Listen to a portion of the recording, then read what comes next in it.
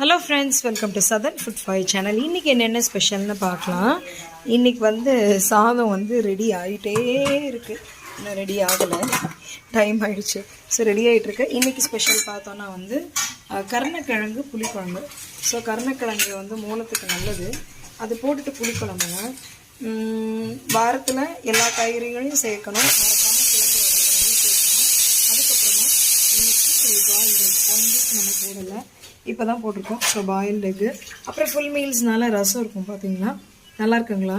அதுக்கப்புறம் ரசம் இந்த மாதிரி ஃப்ளோட் ஆகணும். நம்ம வச்சா நடக்காது, அம்மா மட்டும் ரசம் வைப்பாங்க. அதுக்கப்புறம் இன்றைக்கி வாழைப்பூ வடை. வாழைப்பூ வடை, வாழைப்பூ யாரும் பொரிச்சா சாப்பிட மாட்டாங்க. ஸோ வடை பண்ணால் தான் சாப்பிடுவாங்க.